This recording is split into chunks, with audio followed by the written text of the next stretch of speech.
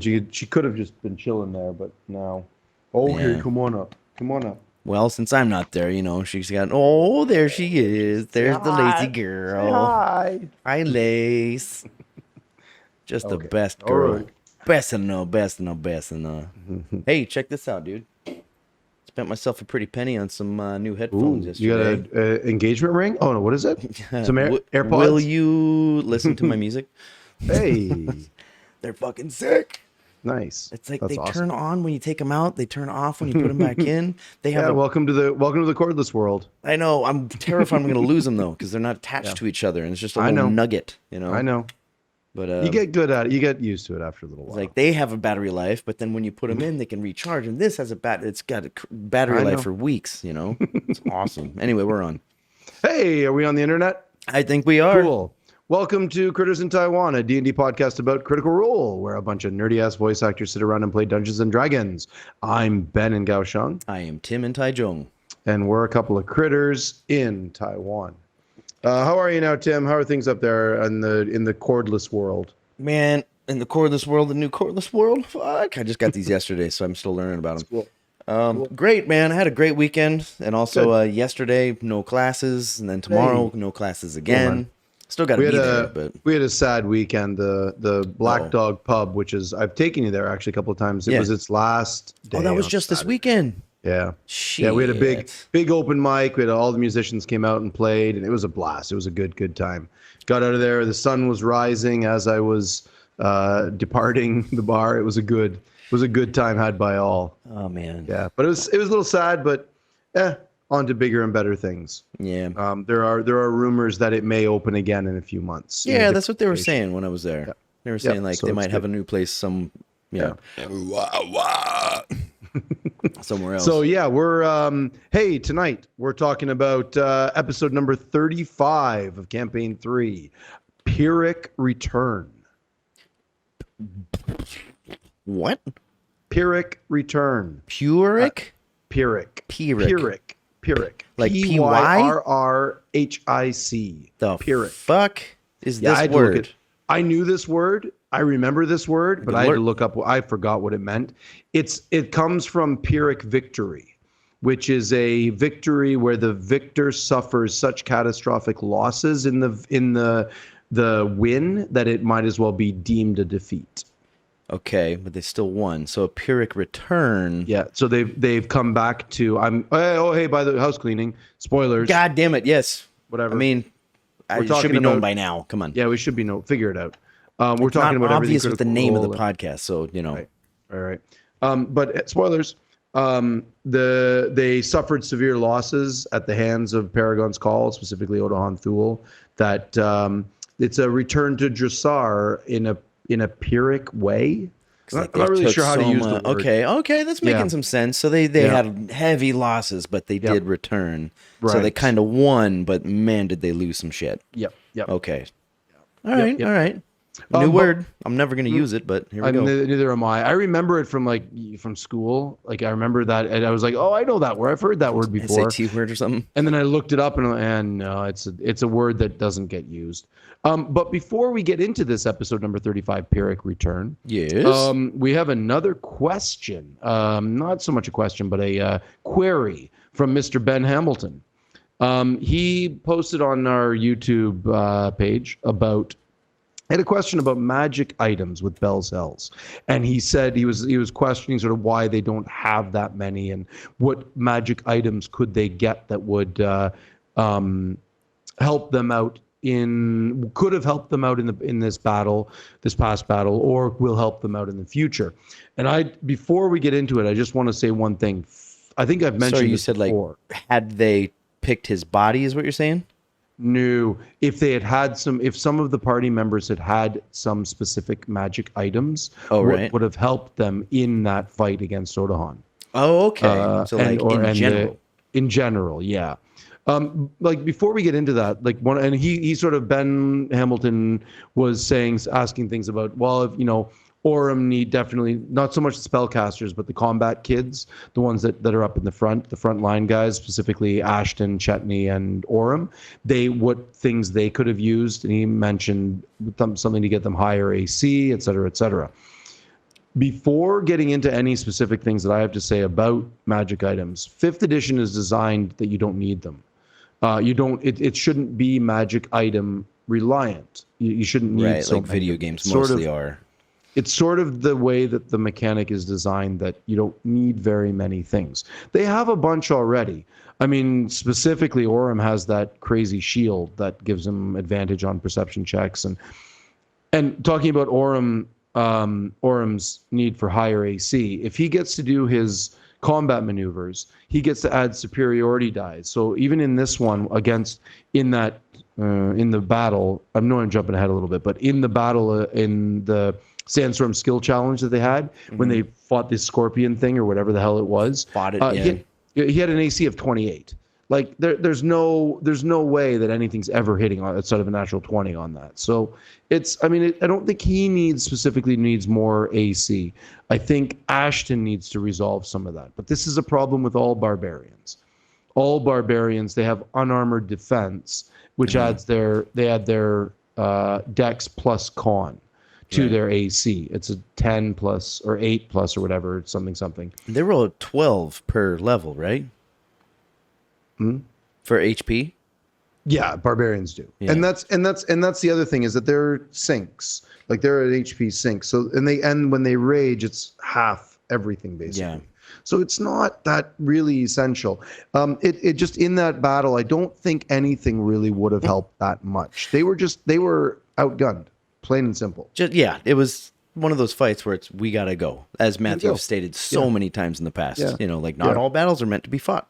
That's right. That's right. So Ben, thanks for the query. I don't think there is too many things. I mean, sure, Ashton could be wearing breastplate and fuck unarmored defense and be wearing a breastplate, or as some form of medium armor of some kind, and that would get his AC up to like 16 or something, which is, I think his AC is like 14 right now. So it could get it up a couple of points higher, but I don't think it really would have mattered. If I just from memory, when she was rolling to hit, she was rolling 25, 26, 27, 28. Yeah. I don't think it matters. Like this wasn't a battle that was designed. I don't think magic items would have really helped, other than some of the really serious ones, like the big relic ones or, vestiges and things like that. I don't think there's too much going on that would have helped. But cheers, good post. I like it. I like where you're going. But 5th edition isn't designed that way. Vox Machina was an exception to that because they came out of Pathfinder. They went level 7 in Pathfinder, and Pathfinder is specifically designed. The mechanic is designed that you need weapons to advance your progress. 5th edition goes the other way. It's not the magic items that advance your progress. It's things like it's baked into all the characters, into all the classes. Right. So, like racial traits, etc. Racial traits and class traits and things like that. Yeah. Yeah, and I'm guessing like Ashton, for example. I think he's maybe a racial trait because he's Earth Genasi, at least half or whatever. Yep. Whatever's going on with him. Although we are learning that maybe he's not Earth Genasi. Right. Maybe there's something else there. Just this episode, yeah. There's a lot in there. A lot of lore drops. Yeah. Yeah. So. A lot happening at the end of the episode. Speaking of, should we just get right into this and do some rollies? Let's get into it, brah. I have a dice somewhere. Hang on. You hear that? Now, he has dice. I do believe pre-stream, on a voice message that you sent a couple of days ago, saying that when I win the first rollie. Yep. So, put your money where your mouth is, Tucker. Okay, here it comes. 18. Natural 2. Ooh, I was like, okay. Natural 2. This episode was long. This episode was long, and it was like 5 hours on Twitch, right? Yeah, 5 hours on Twitch. 458, I think. Yeah. So that's a long episode, and I realized very quickly once the meat of it started, how much of a backbone Marisha Ray actually is. When she's not there, it's a noticeable hole. Like things there were gaps, there was awkwardness, there were pauses, and I realized I noticed it right away. I'm like, right.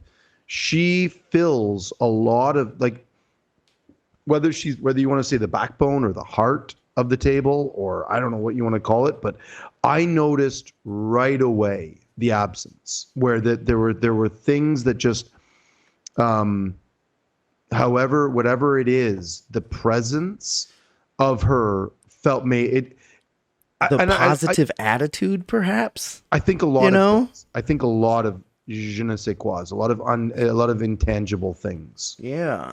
I mean, like looking around.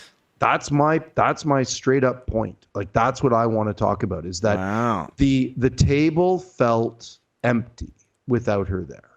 And I think it's my take on it is two parts. It feels so empty without her. First, without the presence of the player, but also the character death. There was a lot of, I mean, I don't know if you noticed or not, but Laura's face was in her papers for most of the episode. She was pointedly playing Imogen as grief struck. The others were also noticeably shook, playing it up a fair bit. I'm glad she did, because for us it's been a week, but in the game it's been 6 hours, like 12 hours or something. Or less. Like grief doesn't happen that quick. So like I was anticipating, or just like I guess anticipating to see what they would do, to see how they would act. It's one of those things where it is still. It's a game, and I mean there was a lot of levity at the table as well. Yeah. That moment near the end when they were when Laura had Matt in tears, basically with laughter. I mean, there's a lot of moments like that, right? As there is every episode. So there is a lot of still that going on at the table. But yeah, they were playing it up, and Laura broke him twice. Yeah, in the same vein. Yeah. We always said that's how you tell how funny something is. Not really how hard you laugh, but how many times you laugh, how many rounds of laughter it gets. Because if you're laughing again in 2 weeks, that was fucking hilarious. Sorry. No, I was just gonna say, like, I think there's a combo thing going on. This is my point. The combo of the character death and the player absence from the table, both with Marisha. I mean, I feel like when Bertrand went and Travis was off the table for a couple of episodes, and it wasn't that noticeable of a difference when some of the other this is the first time we've seen, I said this last week, the first time we've seen Marisha absent from the table. Yeah. And I noticed it right away. I was like, right, there is a definite vibe change. I mean, wow. It was slightly disconcerting at the beginning of the episode because now Ashley Johnson is up in the middle part. And she's basically dwarfed by Sam, like his little midget in between Sam and Travis. Yeah, Travis is what, 6'4", and Sam 6'2", something like that. Yeah. So I'm like, whoa, that's an odd one. So that was a little weird, and then that force isn't there. But I think that's just it. Is the force of Marisha Ray wasn't there anymore, and I noticed it. And I was surprised. It's a bit of finality to it too. It's like, hey, we can't have 4 down here and 2 up here. So how are we going to move it? So you got to address the death again. Yeah. It's got to be somber up in there. So it was a thing. I mean, that's what I got. Okay, well, I'm going to end that very, very easily with the first thing because I just won that rolly. You all saw it. You can't see it, but I'm putting it in there. I'm sure there's a thing happening up here, down there. Yeah. Point towards your left elbow. That's not your elbow. Oh. All right. We're fucking stupid. I know. How did we not think that maybe, with all these things going on, okay, they're reaching out to all these places to try to get Laudna back, because they're really, really fighting for it, which is something we didn't see a lot. We didn't see like at all with Molly when he died, right? And they're just sitting there like Imogen in particular. It's like they're sisters, I suppose, at this point at that level of friendship. And then how did we not see that Marisha's not at the table right now? And they're trying to find a way to bring Laudna back. And one of the options is talking to fucking Keyleth. How did we not see or predict or perhaps predict or try to predict that Keyleth is going to come through a tree and Marisha's back at the fucking table? I don't think it's going to happen. Is that why you didn't say it? Yeah. Or is that why you didn't say it? I think we talked about this a long time ago about bringing the old players back. Yeah. Matt has said several times that they will not be reprised by players. Right. He said ages ago that they are now NPCs that will be controlled by him. Oh, he did say that. He said that. He said that on a. I think he said that in campaign 2 during Mighty 9. He was like, because when they were going after who's on the Taldori Council? Who's on the Taldori Council? And he addressed it on a Talks Machina or something like that. It's got to be a Talks, yeah. He probably was. He's like, no, they are now NPCs under my control. They will not be reprised. I think he did this when he did that too. Yeah, I'm sure he did. I've gone back and forth on this one about bringing, because I was thinking about this last week when they were sending did they send voice messages to Keyleth? I don't remember. Yeah, I think the first one was a couple of weeks ago, maybe, or whatever. Yeah, the first time we actually, yeah, and then well, obviously this episode she appeared. Yeah. I don't think that she's going to come back. I mean, I think we're potentially going to see a bunch more of Vox Machina next episode. Yeah, because they're going to Whitestone, and that's where Vex is. Yeah, and also where probably Percy is, and I think we're going to see Pike. I think we're going to see a bunch, right? Well, I mean, wouldn't Pike be in Vasselheim? Well, that's maybe what Keyleth was doing. Who knows what she's doing, right? I don't know, right? Who knows? Because like her and Scanlan are married now, you know? No, they're divorced again. They got married and then got divorced. Where are you getting this information? It's on Critterpedia. What? Yeah, they got married and then they got divorced again, and now they're again. What do you mean? Like. Or whatever. They got divorced. They got divorced again. They got married, but then they separated amicably. And I thought that was just like a guess. Separate. I thought that was like one of those things like, how do you see your future? But I think we get married and then we get divorced, and then maybe think about getting back together. I think it's on the Critterpedia that they are. So anyway, we're tangenting here. Well, it's a Critical Role show. Hey, it's fine. To answer your question, I think Marisha, I think Matthew full on plays all the NPCs. Yeah. I don't think that the players like Marisha will get to reprise Keyleth. Okay. I don't think that's going to happen. I would put money on it at this point, because if it was going to happen, he would have done it at the very end of the episode. If I could have Marisha come back to the table, please. That's the thing, right? And he didn't. And I think that's coming right on through. And then he said that's where we're going to end it, right? If I can, use my socials knowledge, he posted on Twitter not long ago, like a few days ago, a week ago, before this episode or right after this episode aired, right around the time it did. He posted a thing saying that if a player wants a character to come back, I will make that happen. Okay. So Laudna's coming back. That's a little. It's right. It's right there. I think Marisha wants to continue with Laudna in some way.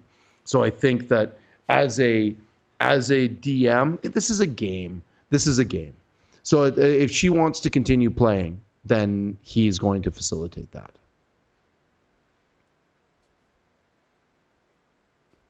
I don't know how I feel about that. Yeah. I mean, death has to be a part of this. It has to be. Of course it does. So listen, man, we talked about this last week. You're just lifting death right out of it. Well, death isn't always the end. Like, that's what I'm saying. Like, if somebody else dies, it's like, well, sure, Master's going to bring him back somehow. Well, yeah, but what the fuck, man? If she comes back, she may not come back as Laudna. Thing is, she's not going to be undead. Different, maybe, or maybe something happened in that resurrection or that gentle repose. Yep. Right. Yep. Maybe. And they're doing it over and over again. A lot of speculation. Matthew said, "Yeah, Hollow ones don't have souls. So how do you bring back somebody who doesn't have a soul? Could be in a different person. Could still be a different character with Laudna's could be the original Laudna before the Sun Tree. But it could also because at the end too, there's so much shit going on right now. Yep. Because when he Mojen when she sent the message to Delilah, very weak signal there, and she's like, "If she's gone, I'm gone." Basic message there, right? Mm-hmm. So it's like, if like Delilah's not around. Like Delilah did something to channel herself through her or something like that. Yeah. Again, Where lots of speculation here. Where is Delilah? Where is she? Another plane? Is she on? Yeah, Another, exactly. Is with she on the Vecna prime right material? now? Is she dead? Is she a spirit? Is she a demigod? As soon as listen, man, like if we're gonna one of the points that I had written down here, I was gonna bring up later, but I'll bring it up right now, is that when Keyleth looked, they pulled Laudna's body out of the hole, and Keyleth looked at her, and Matt's face went through several emotions: recognition, confusion, uncertainty. And then he was like, as Keyleth was like, I need to take you somewhere. We need to go see somebody else, or we need to go see something, or whatever she said. Which and then we're all thinking Pike, of course, right? Right, but it might not be. It might be she knows that that's Vex. That was the effigy for Vex. Right. And that might be where she's going. That's right. Yeah, that's right. Yeah, so Oren said that. It's like, you might recognize her. I wonder if she would, though. As soon as that happens, they're going to realize that it's Delilah Briarwood. And there is no way Vox Machina is going to bring back an old... It's going to get weird. Yeah, it's going to get tense. Yep. Oh, and because Imogen's going to lose her shit. Yeah, she's going to be like, bring her the fuck back, you know? Laura's new character fighting Laura's old character. Yeah. It's gonna be fun to watch. Oh, man. Oh, dude. Yeah, dude, she's going to pull the fucking grog. Fix him. Yep. Fix him. You know, like... And the crackling. Sorry, we can't. It's fucking Delilah Briarwood. Like a good luck level 7 sorcerer fighting a level 20 druid. I mean, have fun with that. Yeah. Jesus. But sure, or let alone like perhaps the most powerful person thing on Exandria. Yeah. Perhaps, yeah. Yep. Yeah, it's gonna get tense. See, I went through my head with this, like, if what's her name? Marisha comes back to the table like at the beginning of this next episode, you know, and he's there and he played it and it was like, maybe they talked and like, you could play her if you want to. It's going to be temporary. Whatever, you know. I think that sets a precedent that then if Grog shows up, like Travis will step into Grog, and I think that you know, if anybody, But Travis's character isn't dead, you know, so like you know, they'll just like go ahead and like, you know, just for now. You know what I was thinking, if they're going back to Whitestone, you know who's also at Whitestone right now potentially. And this is Terry. A weird shot in the dark. No, Terry. Remember they built Vax a temple, a little shrine for the Raven Queen, right? Yeah. Well, guess who might be there? Lev Tel. Oh, Lev Tel. No, Lev Tel died. No, she didn't. Did she? Lev Tel died in the one shot. I thought she survived in the one shot. No, did she die in the one shot? I'm pretty sure she did. You might be right. Yeah. Oh, maybe that. And then I think that's why Bell was like, Lev Tel. Like when he died, he was like, "I'll see you," because they had a thing. Oh yeah. And I think that's what happened. Oh yeah, you might be right about that one. Oh yeah. Because they kind of hit it off. You know what I'm saying? Right. Yeah. Interesting.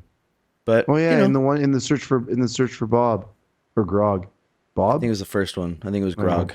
Okay. Yeah, because when he came back and as this, you know, person of the Raven Queen, they were like, "You fucking asshole!" Like, you know, just want to remind you of Vax. Rollies.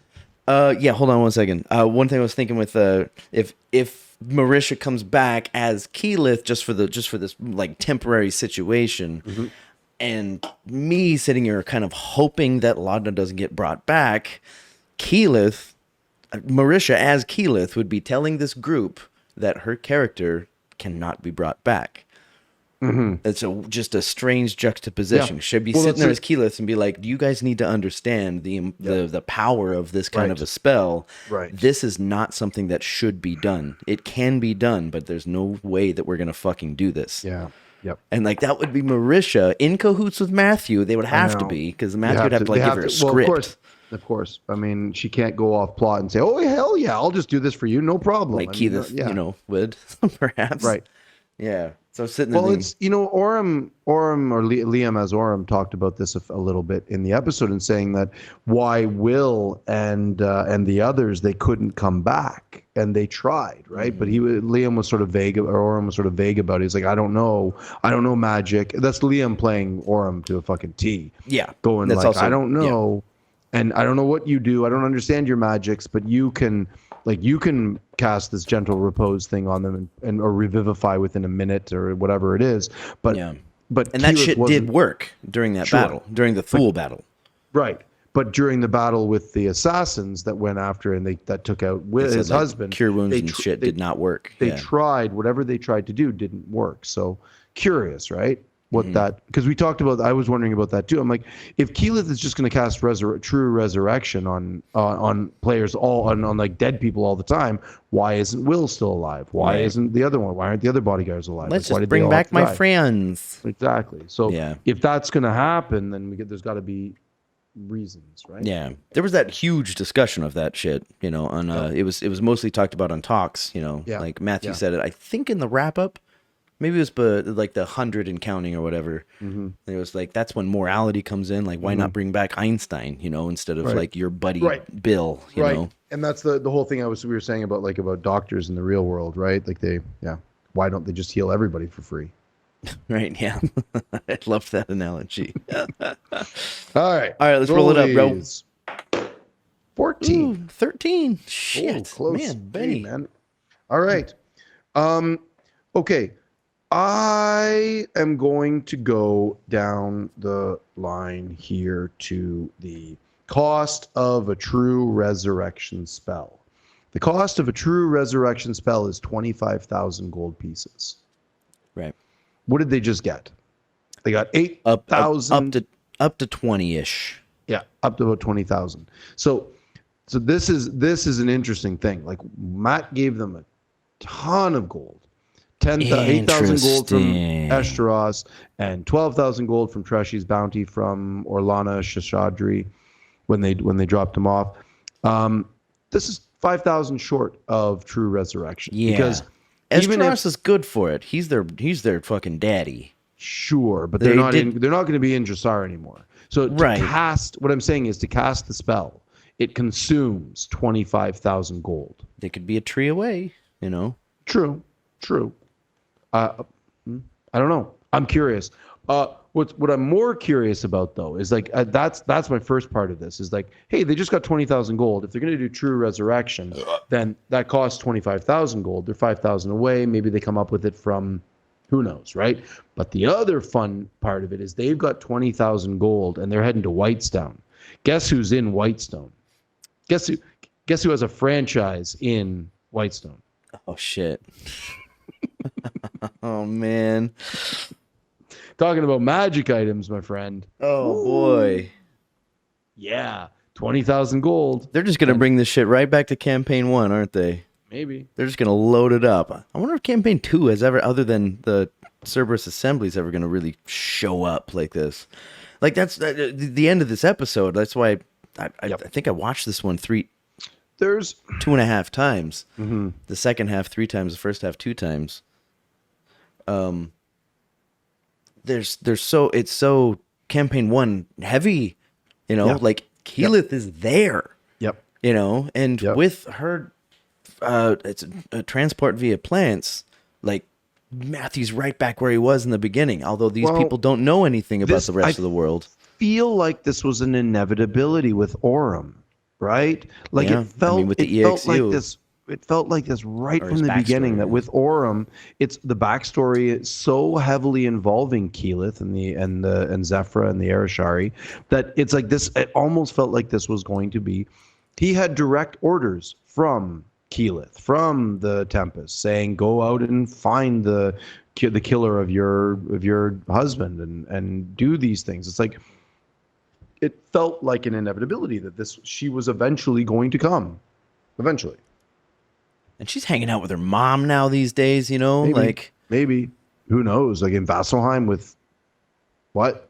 her mom might be traveling around and be like, "Hey, I'll be No back in idea. like 10 days. I haven't seen Yeah. this shit." Mm-hmm. Fuck. There's I like don't there's know. so So- much going on. Like if Vex and Percy I'm come back into curious. the picture, you know? Sure. It's like, and that's why it I might be don't overload. yeah, big time, big time. Well, I mean, the biggest thing is that Vox Machina was so much more involved in politics of a realm than the Mighty Nine. The Yeah. Mighty Nine were very much the opposite. No, we don't want to be involved, and we don't want to be a part of this, and we don't want any notoriety, except with the exception of maybe Bo. And she didn't really want notoriety either. She just wanted to take them down. Yeah, So they had a couple of Republicans and a couple of Democrats, you know, in the same party. They made it Sure. work. Yeah. Like, you know, Empire Kids and fucking... You said some words that I don't understand as a Canadian. I have no idea what those words mean. Oh, right, yeah. As an Alaskan, I claim ignorance. As an Alaskan, I claim Canadian. Perfect. We'll gladly take you. If you'll have me. I just got to change that passport to red? What color's your passport? Huh? Maple syrup. Oh, right. That's why it smells so good when I go through. Why it's so sticky. You just can't open it. Fuck it, just go. I believe the official color is maple syrup. I'm going to assume that that's not a joke. Of course. Take it as you will. That's all. I want to see them go shopping at Gilmore's Glorious Goods. Yes, I would love to see Gilmore come back in. Yeah. I would love. I don't want to see a true. I don't want to see 25,000 gold blown on a true resurrection. I want to see them buy some shit at Gilmore's Glorious Goods. I don't care if Gilmore's there. I don't care. I just want to see them go shopping at a fucking cool magic store. Gilmore might not be there. No, because right now he's probably got 2 or 3 stores at this point. Who knows? You know, who knows? Because like you can do a lot in a few years. Yeah, totally. 30 years. Yeah. So like they'll go on the Slayer's cake, you know, and no one they know is going to be there, right? It's going to be hilarious. Like the only people they know is what is a Slayer's cake? Yeah. And then with the time that's passed, how many kids do you think the Dorolos have now? 13. I mean, how much time has passed? 30 years. Fuck, with campaign 2, you're right. Mm-hmm. And they were gonna kid it up, according to Laura. Yep, perhaps. Because I think Taliesin was thinking like 5 or 6, and she was like, hell no. You know, like I don't know why she wanted so many damn kids. Twins, more twins. Oh fuck, that's sad. Okay, she needs twins. Oh, to close that chapter. Fucking hell. Weird. It's gonna get weird. I mean, Matt even said like this is getting weird. Yeah. It's gonna get weird. Shit. Yeah, all right. There's some rumors on the. Go ahead. I'll save that for another thing. Go ahead. Okay. I've got one more that's specific to this one, and the other 3 are evergreens. Okay. Now that I know what that word means, so yes, and with this one, your thoughts on the whole situation where, as soon as Bertrand died, Mojan had her dream about Bertrand silhouetting into the you know whatever. And it was nice flavor. It was a good imagery and all that shit, you know. And who knows when something's going to have some kind of importance or weight or value to it. And then when Loudon died, Laura was poking at it, like being like, "Hey, like that happened with Bertrand, and I didn't really know him, but it didn't happen with her." And Matt was probably sitting there thinking like, "Well, it was flavor, so you know, like." Not going to do it every time. I'm going to say there could be something different. What do you think? I think that if there was going to be something, Matt thought of it. I think Matt has been on the ball with these sorts of things, and I think I got the impression when he looked over, he's like, "Not yet, nothing yet." He also looked up before he did that. He like looked up and he went, "Not yet," you know. So I'm sitting there like, oh, it's really hard to tell when he's improvising, you know? I don't think it was improv. I think this was I think it was the moment he looked up was like, how do I phrase this? Oh, yeah, not yet. It might have something to do, God, off the top of my head, because there's no soul. Yep. I think it's going to be a big part of it. Unless they nerf it, I think it's going to be a huge part of it. We'll see. I hope it is.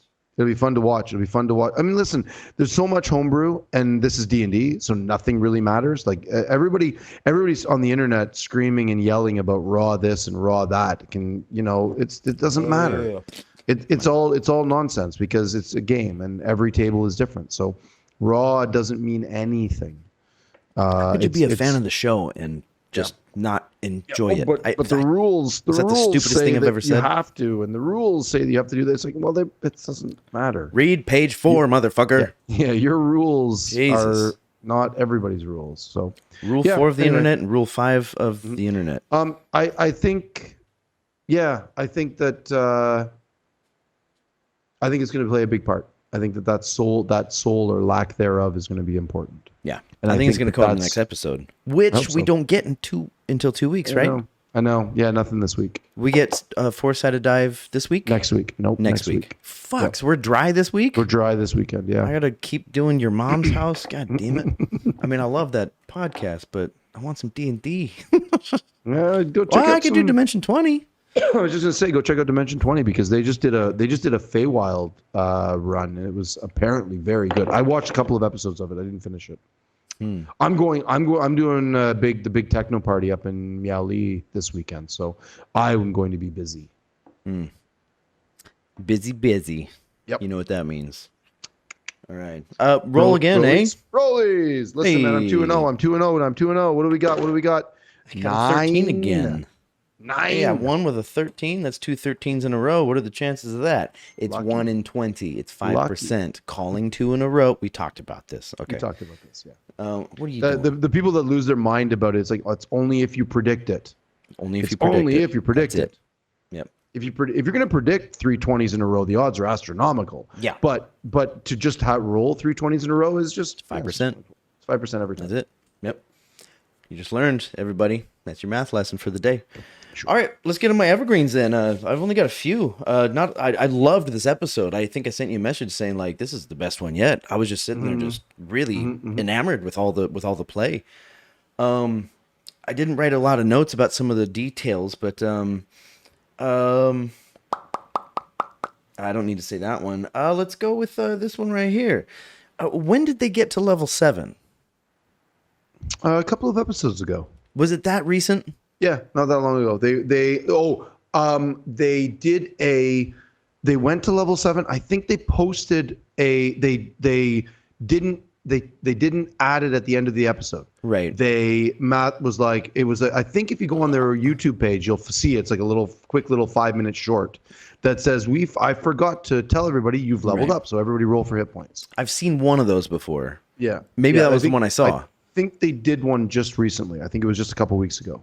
Because that would have come up. Well, it should have come up. Because I'm all subscribed and shit. Yeah, level 30, episode 35, level 7. Makes sense. It tracks. Yeah. Okay. All right. So if it was very recent, my kind of a follow up to that would be with a fight like they had with Thule, Odahan Thule. Even though it was like kind of basically a catastrophic failure. There was still a lot that they learned, you know?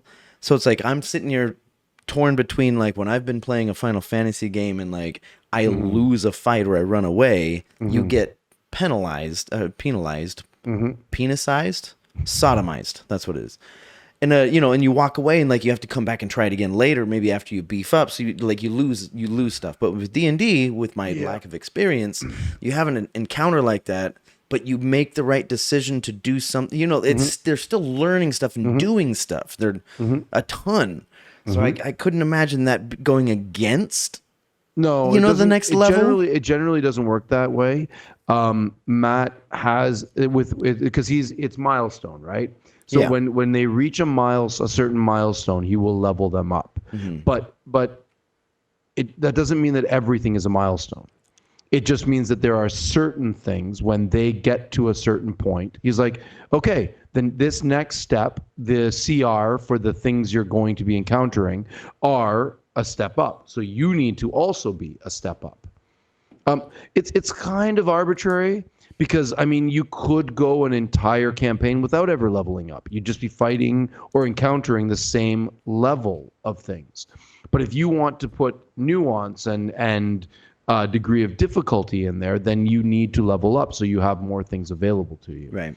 Also, it is sort of it's demoralizing not to level up after a while. Yeah. So you're working towards goals, and then you need to level up to achieve those goals. So I don't think it really matters if they had outright killed Otohanthul right then and there. I don't think they would have leveled up at that point either. Soon.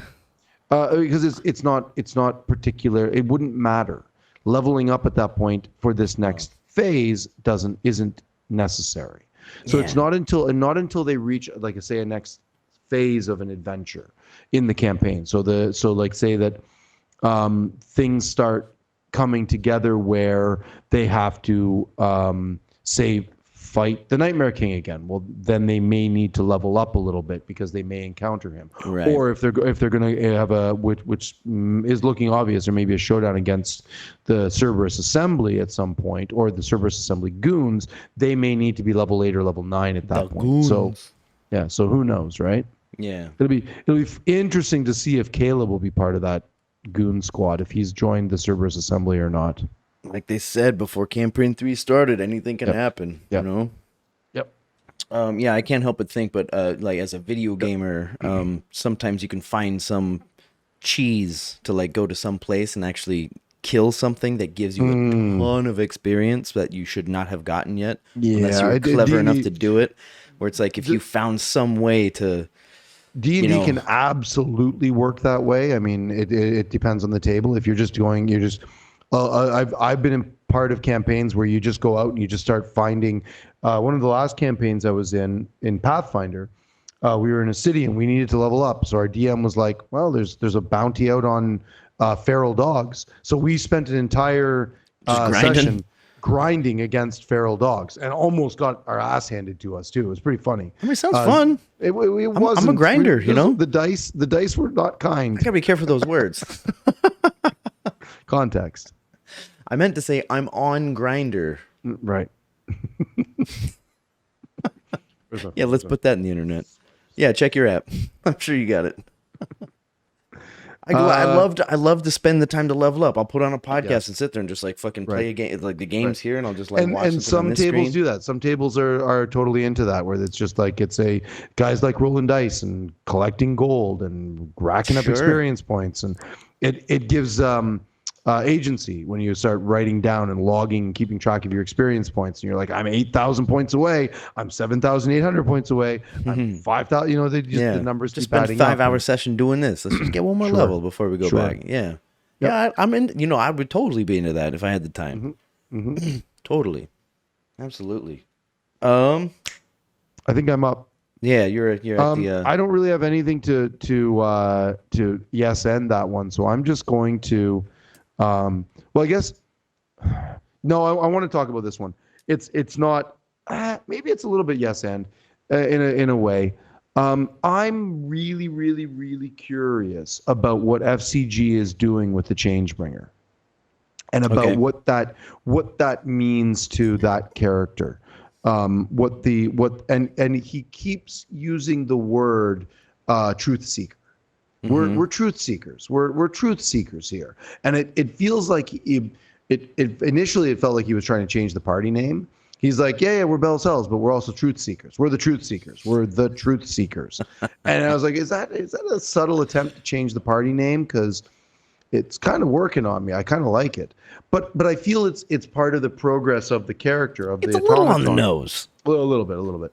But I feel like it's a little bit of him trying to grow as a character by finding some form of divinity as a cleric, whereas previously these divine abilities are not divine. They're just they're like in a weird little gray nebulous area of arcane based, but they're divine spells. Yeah. So it's this weird sort of a place. And how do you make that work as an automaton that doesn't really have a god? Sure, you know? Or have a soul, or have a whatever, like any of those things. Perhaps it's all weird. So does the Changebringer?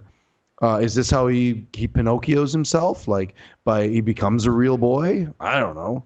It's I think he's gonna die. Frankly, can an automaton die? Well, I mean, tons of them have, right? I mean, Johnny 5, no disassemble. Oh God, don't bring that up, man. I've cried enough already. I don't know, man. I don't know. That's my sort of thing. I'm curious. I don't see where it's going, and I wonder if Sam even doesn't know where it's going. And he's just bringing it up because he's always looking for growth as a player in the role of a character. Yeah, there's a lot of fruit that hasn't been picked right now. Like that shit just sprouted. There's so much that happened with the end of that when everything goes white, you know, and then like those dreams come in that next sequence, and then Laudna's dead, and Orm's alive. Clearly it's an Aormaton, right? He's clearly It's just part of Aor, known at this point. Yeah. It has like the description that Matt gave for that whole scene is like, yeah, you're an assassin bot. You're a programmed. a Trojan Aorian bot. Yep. Yeah. Yep. And maybe that's why he's such a kind thing, because that's who you open the door to, you know, and then they murder you once you get inside. Sure, that would explain a bit. But also, how much of Bell's Hells know what an Aorian is, even, you know? And like, Keyleth doesn't know. She doesn't know shit about that unless somebody filled her in on it, but I don't imagine why.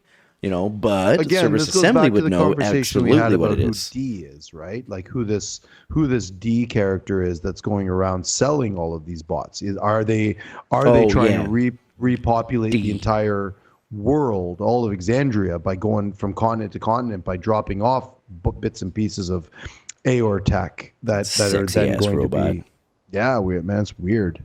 Could be a whole thing. Like if he's making trips to Aor, pulling automatons out.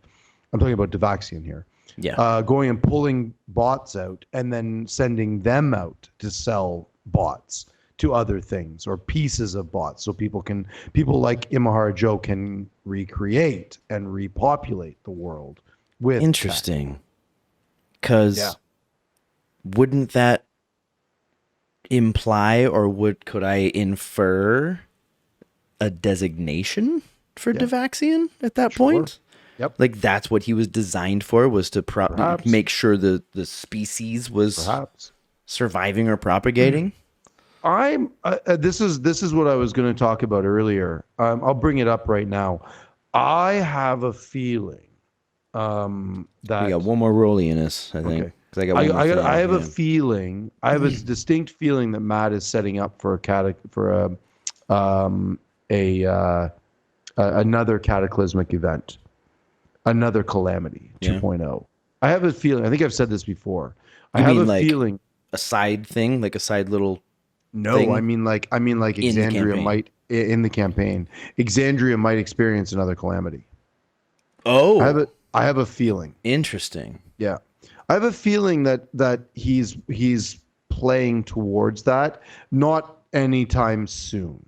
But I have a feeling that the reception that's what I'm talking about. Like that's coming up in like a month or something, 20 days or whatever. His reaction with the Cerberus Assembly and all of those things. It just feels like there is another thing coming. Maybe. And this is how you There's some merit to that. And this is how you sort of like this whole idea of campaign 1 characters coming in and campaign 2 characters coming in. How do you nip that in the bud? Well, you kill them. You wipe the board. You knock all the players off the board, right? Reboot, restart. In the back of my mind, Didn't think about that. I'm like, this is a distinct possibility. Calamity EXU Calamity was really well received. And so I can't help but think that that was the best D&D I've ever seen. Yeah, it's one of the best. So I can't help but think that Matt took notice of that and is like, oh, okay, let's do it again. Let's fuck everybody up and do it again. Well, good, very good, Brennan. Now my turn. Son of a bitch! Get out of my game. Yeah, exactly. Right? Oh man, the DM wars. Fuck. Listen, man, I'd love to see that. I did stop rewatching the third campaign because, like, I kept on thinking every time I told you, you were like, I'm gonna wait till like maybe episode 50 and then start again. I'm sticking to it. I'm gonna wait till 50 and then go back. Yeah, I stopped. I don't even remember where I stopped, which is good because I'm just gonna just going to restart again, I got to wait longer, like, and I am going to do the EXUs on the side, all of them, including the ones that I didn't really care about, but I'm going to listen to them again, watch them again. Yep. But like, man, getting back up to I can't wait to get up to the calamity part. Just like to sit there and see if the same tears come out, like the same chills and shit that come out during that thing, especially this time knowing a lot more about it, having discussed it with you and the new shit that's come to light, man, Oh, I can't wait for that. That's like like in campaign 2, I couldn't wait to get to episode 26, It's like I watch all of these, and then like, oh, here's 26. Here we go. Well, it's interesting because like on that note, I've said this to you before that this addiction that I have with Critical Role has really helped me out a lot as a player, right? As a DM, particularly as a DM because I'm a pretty good player at the table. Not bad. Some people may argue otherwise, but whatever. Yeah, I might just be a dick. I've definitely, I've never DM'd a campaign before last year, or let's think last year. This campaign that I'm DMing right now, I've never done that before. And this is stepping way outside of my comfort zone and finally DMing a campaign and watching Critical Role and has taught me a lot of stuff about it. And one of the things that happened recently is that I went complete, like I told you before, I'm running Curse of Strahd, which is an adventure path. So it's all written out and all set up like you do this, you do this, you do this, you do this, it all goes. I stepped way outside the box and did a complete revamp of a scene with help from the community who like, you can think about doing it this way or think about doing it that way. And I rewrote an entire scene.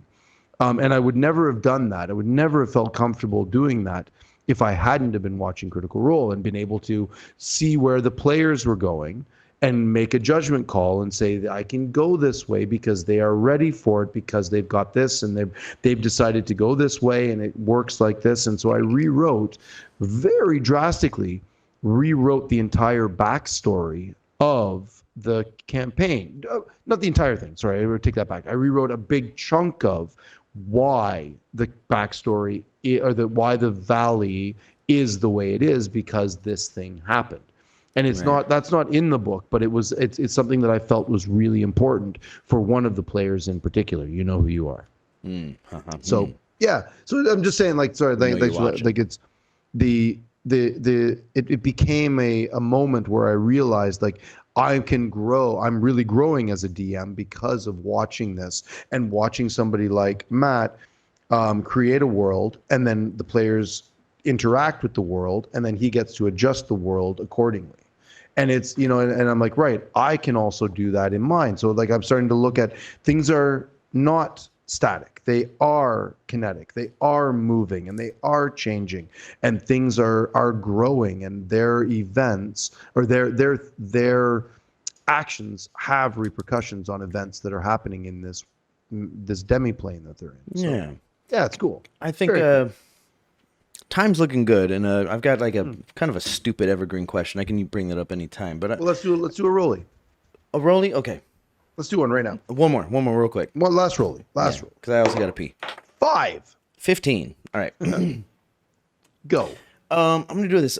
Just on the subject of Matt, this could be very much just a yes and. Just another sucking his balls situation where me as a viewer spent this much time away from a character like Esteros, right? When they're all doing all this shit and all this super heavy emotional shit's been going on, and then when they go back to visit and like after the message is sent to him, I'm just thinking like, oh, Evelyn, Esteros, and then Matthew is the one that sits there every single time they go back to see somebody. He goes, what would they do in the last week that they haven't been there? He'll sit there, and that's this prep, like he says, like at least as much as the episode lasts. That's how much time he uses to prep, excluding building battle maps, etc. Like going back to what I was just talking about, when our sessions last anywhere between 4 to 5 to 6 hours in there that we play. I spend triple that. I'm talking triple that to prep. 18 to 20 hours of prep for that specific thing. Mostly reading, So a lot of that time is just like I need to Knowledge know yourself. the knowledge and then planning out eventualities. If they do this, I got to get this ready. If that happens, I got to get this. If this is that. So putting the pieces in motion to what they do, then there are repercussions. They're so fucking lucky, dude. 100%, man. 100%. I'm lucky. I'm blessed that I have the time. Yeah. You know, that's a legit thing. A lot of people don't have that time. So I'm lucky that I do. Yeah. I guess Matthew's lucky he gets Hammock. That's my hammock time. Oh, there you go. Which, oh man, that just always looks glorious too. Yeah. Matthew was particularly lucky, blessed, whatever, with he actually gets paid for this, you know, so it is part of his job. I hope that, you know, Marisha understands. It's like, go away, nothing, shut up, you know, lock doors. But he's sitting there and like, I didn't expect, just like me being a fucking idiot, I didn't expect all the traps, even though we've seen the traps in Esteras's manor. Yeah. Yep. We've seen it before, and then like this time, like I just didn't expect it. And when it came back, it was just like, oh yeah, that's Esteras. Yes. You know, like when you go back home and visit your friends, be like, oh, that's right, you are this kind of a quirky person. You know, the character was still there, and I was just like, oh no, he's just gonna be grandpa with cooking and all that shit. Be like, no, he was aware of Thule, so of course he's gonna prepare. When Matt was glancing down at clearly the map of Esteras's house. In front of him, like he's got a sketch of the whole thing. He's glancing down and he's like, he reaches over and he walks around the side and he avoids the center. I would love to see the map of Esteras's manor and with all the traps in it, because I would love to know where all those traps are. Because there's obviously way more traps than Matt told the players about. There's clearly traps from every window and every door, every room in the fucking place. Yep. You know, they didn't go down 7 different hallways, but all of them are fucking juiced up. I'd love to see that. I would love to see what that map looks like. It'd be hilarious. It'd be great. Let's get your yes and I gotta go pee. Sure. My yes and I want to talk about Ashton real quick, about that whole long session of FCG and Imogen inside Ashton's head, and about how they were trapped. They were trapped, and it was entertaining, and I really liked it. It was a really fun little journey inside the brain. They stayed, but they did smart moves. Things were, they were bad dice, rough dice, right? Like they were rolling poorly. We learned one thing. We learned a couple of things, and the two things I want to talk about. The first one is, now we know for sure that, you know, about the source of those rage powers, the Dunamis rage powers, are the potion of possibility that he poured inside. And he had in his hand. It had in his hand. He grabbed it. Milo improvised and poured it in there, whatever. And I think that was really cool. But the really coolest thing that I want to talk about real briefly is when FCG takes over Ashton's body, and Matt's like, there's strength, but there's pain. Yeah. And where there's pain, there is strength. Yeah. And FCG is like, it hurts. It hurts to be you. And his words are, Ashton's words, it always hurts. Yeah. And it was his Marvel moment. there was that moment of clarity where it's like, holy fuck, Taliesin, this is why you do this all the time. This is why. Fuck. Always. Fuck. All the time. And where this, and it's like, and the grimaces and all of that. It's like, well done. Because I always thought you were just being like, just whatever. I thought he was overacting. Overacting, exactly. But all of a sudden, it's like, yep. I'm going to go ahead and scribble this right off. This is how you play a character who has in chronic pain. Yeah. And this is where the rage comes from, and the anger and the punk comes from. Like, it's not just about being a punk and being like a anti-establishment and being like a you're fuck the man and I'm going to do this against you and I fuck this and fuck that and fight for the downtrodden and all that. No, it's all also about chronic pain. It's like a nice combination of the Hulk and Wolverine, right? Sure. It's like, that's a secret. I'm always angry, and also, does it hurt every time? Yes. You know, every time, constant pain, and it's like, it's gonna hurt anyway. Let's just fucking do it. The barbarian mentality there fits perfectly with the fact that he's sitting there, and I'm sitting there like, hey, Taliesin, chill out with the fucks, man. You know, until this episode, I'm like, oh, Taliesin, you're brilliant. Yeah, exactly. It was a real one of those fucking come to Asmodeus moments where you're just like, yes, I get it. I Yeah. totally understand this now. Alcoholism, just Everything. drink. Drink. Hangovers don't mean shit to Numb the your pain. pain. Yeah. Numb the pain with the booze. I'm like, Yeah, yeah, and all of the it. hangovers, like, yeah, he's hungover, but it's nothing compared to the just Yeah. moving around as this Right. new Everything hurts. It Earth always Genasi hurts. body situation, It always hurts. Just imagine, like, every time he moves, when he used to have flesh and blood, like his his elven mother, right? And his father was whatever. We didn't really get that, did we? We don't really know it. No. And no, like, no. so he used to have flesh like we do, but now he's like made of fucking stone. So I imagine every time that a joint bends, it's gonna break, you know. And it's like, it's got to heal up. Fuck. Yeah. Reminding me a little bit of like Ben Grimm, right, from the Fantastic Four, where he's the Thing. Yeah. And it's like he crumbles all the time, and it's like that whole the same thing when he changed into the Thing.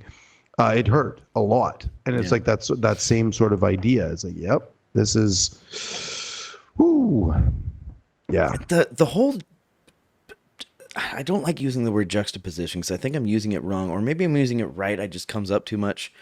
The fact that Sam said, like, it hurts to be you. The fact that over the past 30 episodes, Talison's just been like, fuck, shit. And I've just been like, Talison, chill out, man. Yeah. I know. I know. And then maybe Matthew Holding on to it, throwing it holding on in to there as a retcon to why he says fucking shit so much. Maybe Talison didn't know that his character was in pain all the time. No. All these thoughts are coming in my head, and I'm just like, well, I'm tossing some out because they're fucking stupid. There was another moment when Imogen was seeing all of the possibilities. Now. When Mojin was seeing all of the possible Ashtons. Yeah, that was sick. That was sick. And it was amazing. And Taliesin was like nodding, and he was interrupting Matt. Not interrupting, but adding to what Matt was saying. Interjecting, perhaps? Interjecting, good word.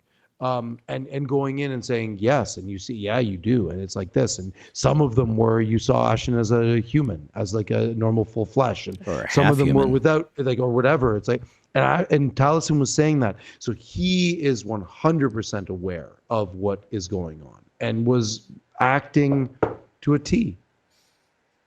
Hats off, man. Yeah. Hats off. Like, yeah, man. It took 36 episodes for me to fucking take that hat off to all the what I thought was overacting. I gotta have more faith, man. Same.